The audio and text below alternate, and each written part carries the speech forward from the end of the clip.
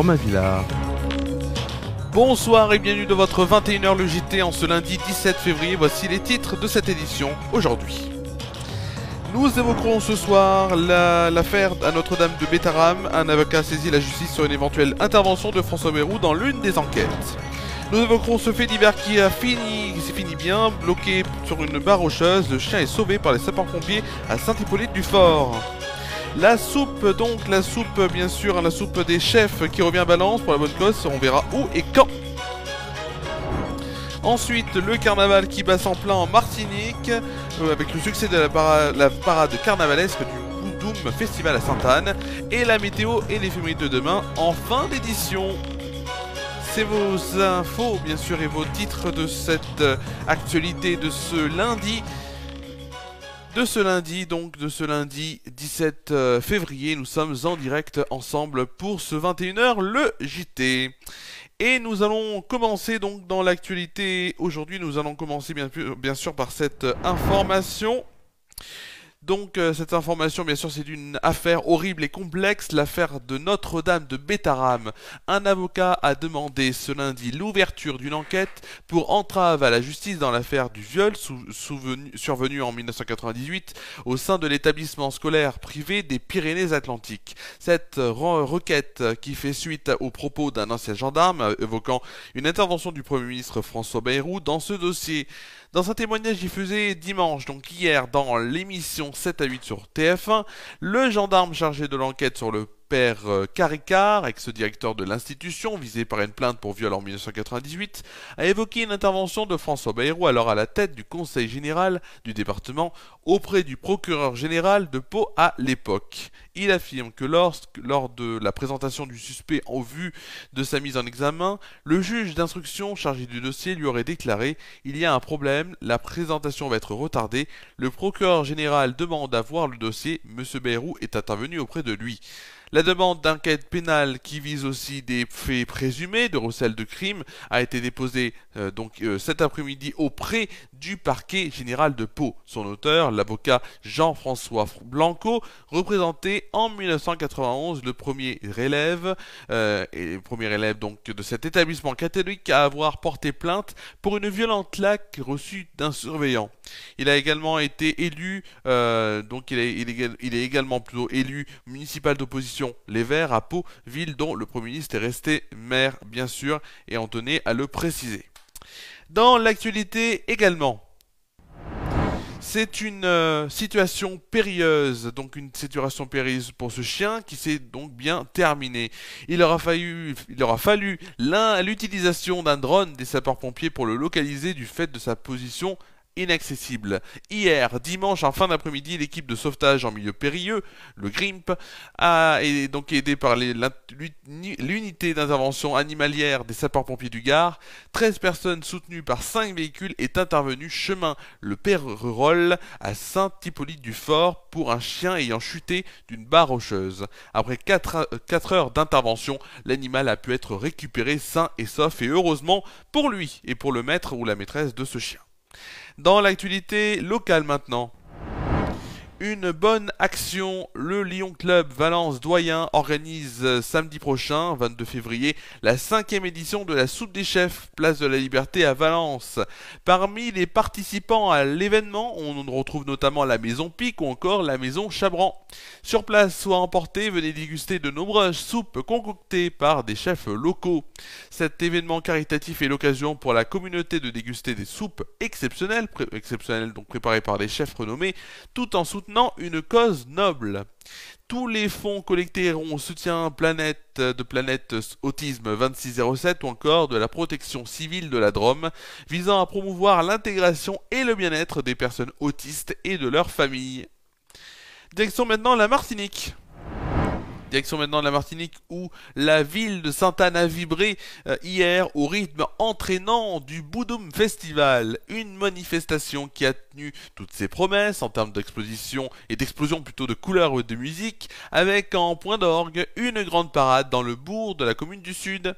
Des festivités qui auront permis à de nombreux carnavaliers de s'échauffer en attendant mars prochain et le début des jours gras, notamment une parade qui qui a offert au regard de nombreux spectateurs ravis une grande diversité de costumes, de rythmes et de couleurs, comme on le disait. Pas moins de 18 groupes à pied venus de toute la Martinique ont résonné dans les rues saintanaises et a donné aussi à admirer leur énergique chorégraphie.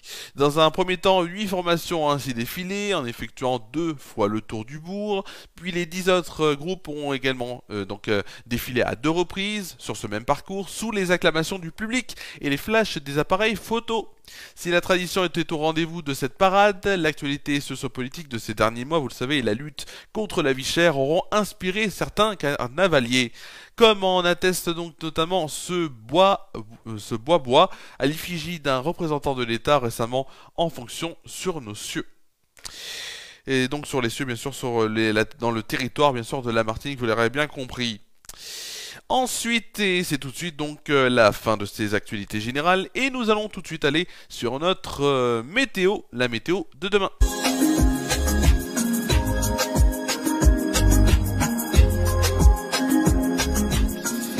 Et nous allons commencer cette météo par la météo à Tournon-sur-Rhône pour demain matin, comme d'habitude. Ou du moins, comme on aime bien, des éclaircies donc seront présentes le matin, un ciel voilé l'après-midi, donc un beau temps en général sur Tournon-sur-Rhône, ou du moins un temps sans pluie. Les températures, quant à elles, seront de 4 degrés de moyenne le matin, puis dans l'après-midi, 12 degrés de moyenne, et nous n'irons pas plus haut. Ensuite, nous allons aller sur la météo de demain matin avec bien sûr au programme le gel qui sera encore fréquent au nord et aussi à l'est et au centre du pays. Donc, les nuages bas et brouillards seront moins fréquents et tenaces que la veille le long de la Garonne. Des entrées maritimes concerneront la Méditerranée et ailleurs, c'est le soleil qui s'imposera déjà. Il fera côté température moins 2 degrés à Lille et Troyes, 0 degrés à Rouen, Paris et Orléans, 3 degrés pour Cherbourg et Nantes, 6 degrés à Brest et Montpellier, 8 degrés à Toulouse et Nice. Le plus froid sera du côté de Charleville-Mézières et Strasbourg avec moins 3 degrés, je vais y arriver.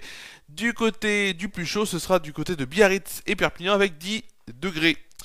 Tout de suite, la météo en France métropolitaine pour demain après-midi. Ah, et on n'a pas les cartes pour demain après-midi, c'est très étonnant tout ça. On va voir ça tout de suite, oui, tout de suite, on va aller voir les cartes pour demain après-midi, c'est maintenant.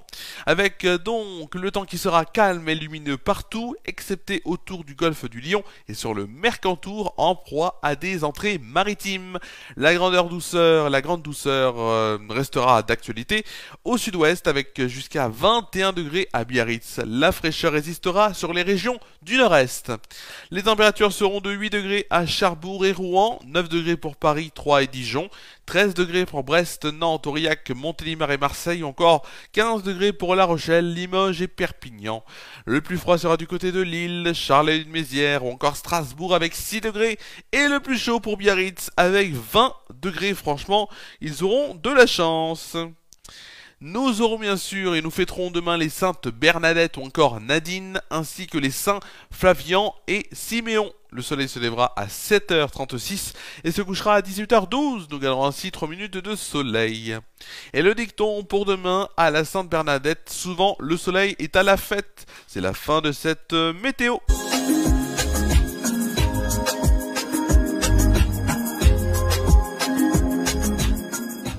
Juste avant de se quitter, nous allons bien sûr évoquer ce qui va se passer pour les prochains jours, donc sur FRA News, avec bien sûr, comme vous le savez, mardi, donc demain, de 16h30 à 17h, et mercredi de 11h30 à midi, Flash Actu and Good Vibes, après-midi demain, et mercredi midi bien sûr. Donc avec 2 émissions en direct, on aura notamment pour mercredi, donc on aura notamment une l'interview assez importante et vous allez voir qu'il va être franchement bien écouté. On l'a déjà enregistré pour tout vous dire et ce sera à découvrir donc mercredi à 11h30. Ça va être donc 2 femmes qui sont venues donc alors, elles sont organisatrices d'un chœur qui s'appelle le chœur Chanando, Émilie et Amélie donc, et ce chœur va faire un spectacle. Ce sera donc au Train Théâtre, ce sera dimanche, mais je ne vous dis pas l'heure parce qu'il faut quand même des surprises pour cette interview qui s'annonce. Vous allez voir assez belle, une interview de 10 minutes qu'on a enregistrée il y a quelques jours de cela.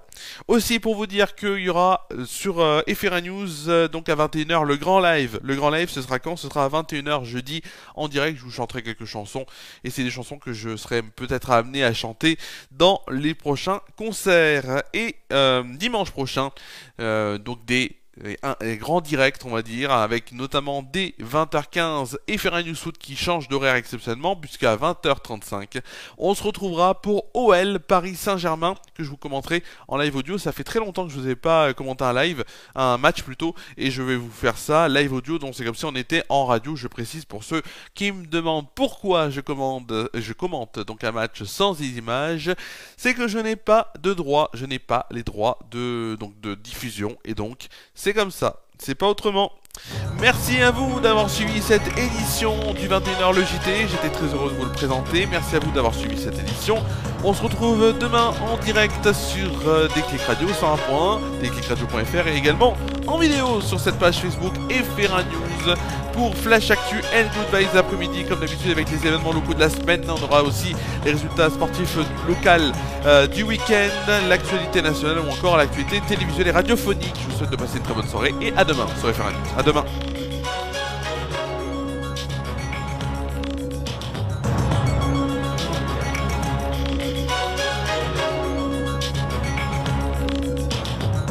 Cette émission a été présentée et préparée par Romain Villard. Cette édition est à retrouver sur les chaînes Facebook et YouTube des Ferran News.